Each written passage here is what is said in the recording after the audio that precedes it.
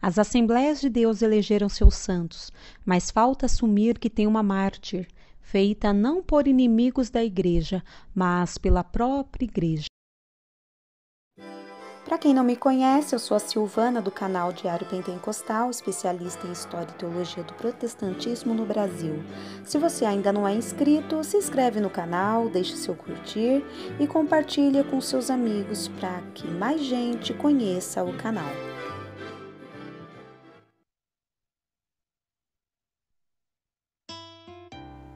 Ela nasceu no dia 9 de junho de 1891 na Suécia. De família cristã luterana, teve vários irmãos e sua mãe faleceu quando ela ainda era jovem.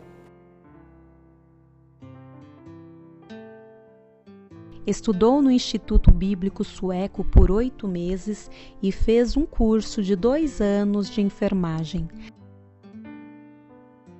Trabalhou como chefe de seção de enfermagem num hospital na Suécia. Desejou seguir o campo missionário no exterior a serviço de uma agência missionária. Um irmão chamado Adolfo Uldin profetizou para Wingren sobre a vinda dele ao Pará e também que ele se casaria com uma moça chamada Strandberg. Neste ano, Frida conheceu Gunnar Wingren quando ele viajou para a Suécia. Neste mesmo ano, iniciaram um namoro. Foi batizada nas águas na Igreja Filadélfia de Estocolmo, recebeu o batismo no Espírito Santo. Desembarca no Brasil aos 26 anos de idade e se casa com Gunnar Wingren, e o pastor Samuel Nistrom é quem celebra o matrimônio. A partir daí, se empenhou como esposa nos afazeres da casa e nos trabalhos da igreja. O casal era conhecido como hospitaleiro.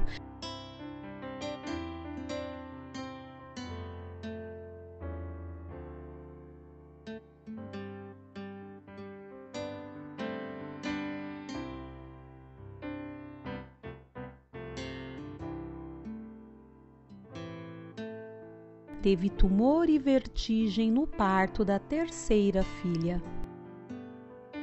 Wingren ajudava frequentemente nas tarefas domésticas e era muito presente na criação dos filhos. Eles passam um período na Suécia enquanto Wingren se recupera de uma malária. A família retorna ao Brasil. Wingren, Frida e os filhos se mudam para o Rio de Janeiro. Frida profetizava e tinha visão. Era independente para sua época, tanto que em 1917 viajava sozinha e tinha profissão definida. Enérgica em tudo, porém alegre e bondosa, desprendida em compreender e resolver todas as situações em um só momento. Personalidade forte, dizia o que pensava e eventualmente tinha discussões com Wingren.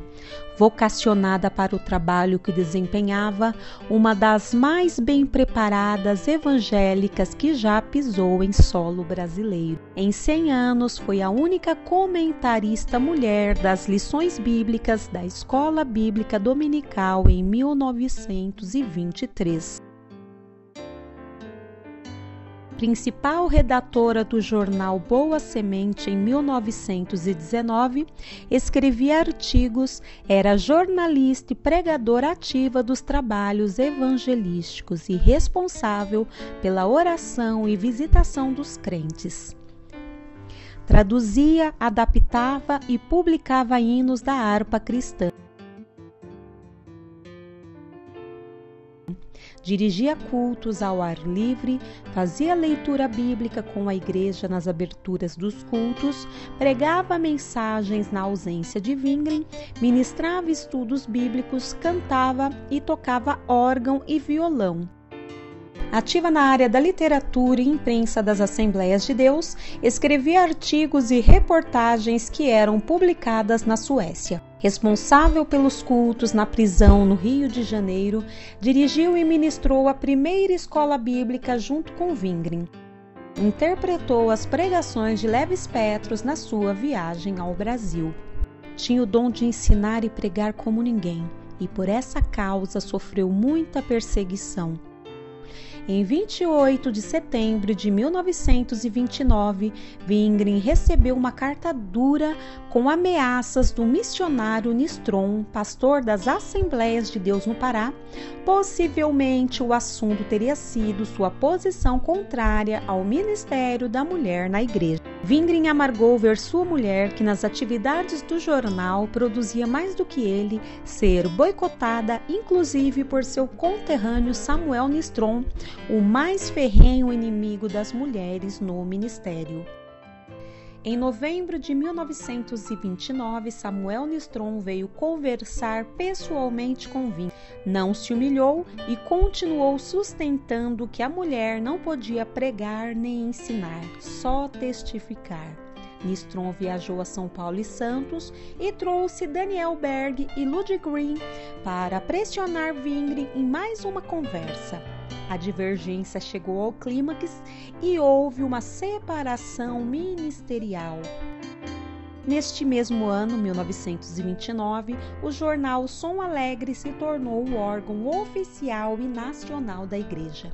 Foram agendadas reuniões para os dias 17 e 18 de dezembro de 1929 na cidade de Natal, no Rio Grande do Norte. O público-alvo eram os pastores nacionais. Alguns não eram pastores. O pastor Cícero Canuto de Lima esteve presente. O objetivo era abordar e procurar soluções para a crise ocorrida nas Assembleias de Deus. A origem do conflito pode ser encontrada através das correspondências trocadas entre irmãos. Nas cartas de Otton Nelson é possível perceber que missionários amigos seus desejavam impedir a atuação das mulheres. Em 1930, começou a circulação nacional de um manifesto elaborado por obreiros do Nordeste, convocando para a CGADB no dia 12 de junho de 1930. Frida traduz parte de um artigo escrito por um missionário para defender o trabalho da mulher nas Assembleias de Deus. 2/3 das pessoas convertidas no mundo são mulheres. Não existe mandamento contra o trabalho da mulher. Satanás tenta empatar estas mulheres de trabalhar para o Senhor. Frida Wingren e Petrus participam da CGADB ocorrida entre os dias 5 e 10 de setembro de 1930, onde foi discutido o trabalho no norte do Brasil e o trabalho das mulheres nas Assembleias de Deus.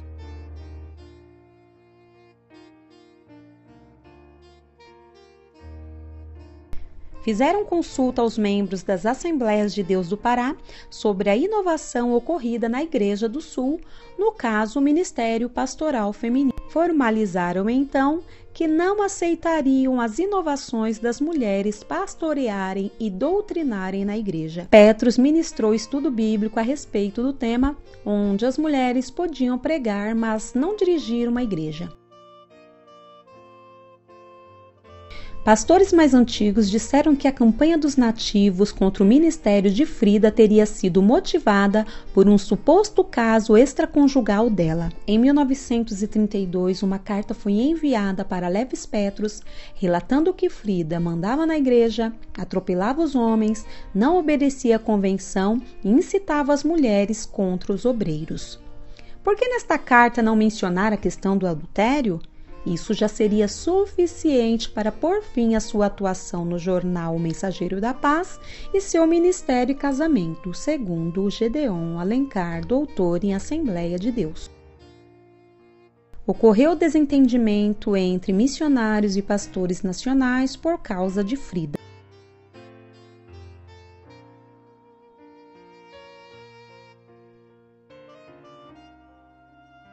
A família Wingren voltou para a Suécia em 1932.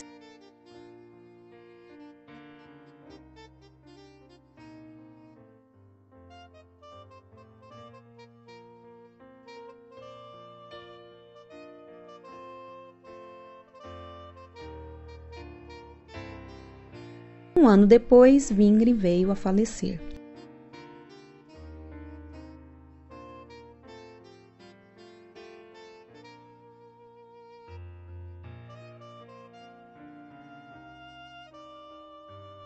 Dizem que a grande causa do retorno foi o agravamento dos problemas de saúde de Wingren.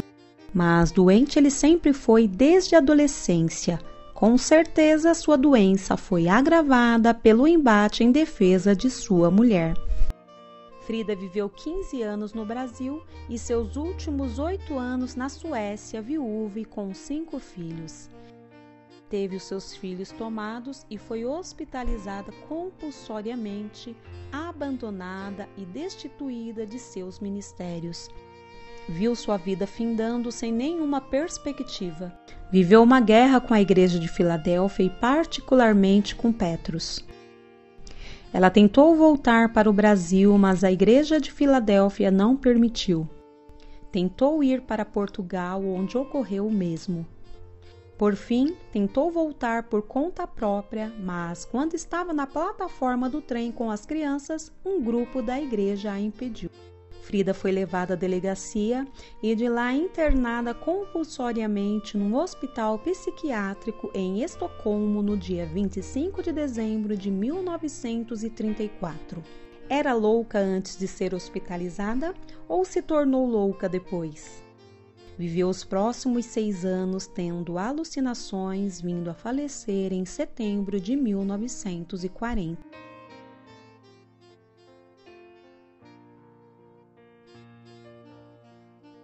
Ela foi tremendamente desconsiderada. Até o jornal O Mensageiro da Paz, pelo qual ela trabalhou arduamente, não escreveu sequer uma linha sobre a sua morte.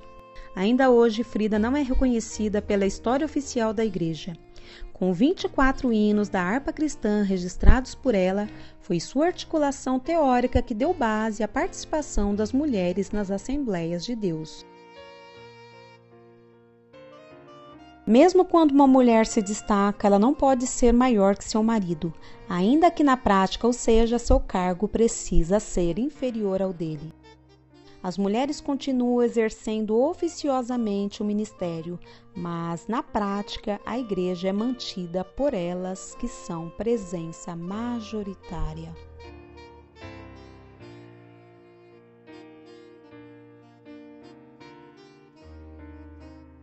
Mesmo quando uma mulher se destaca, ela não pode ser maior que seu marido, ainda que na prática, ou seja, seu cargo precisa ser inferior ao dele.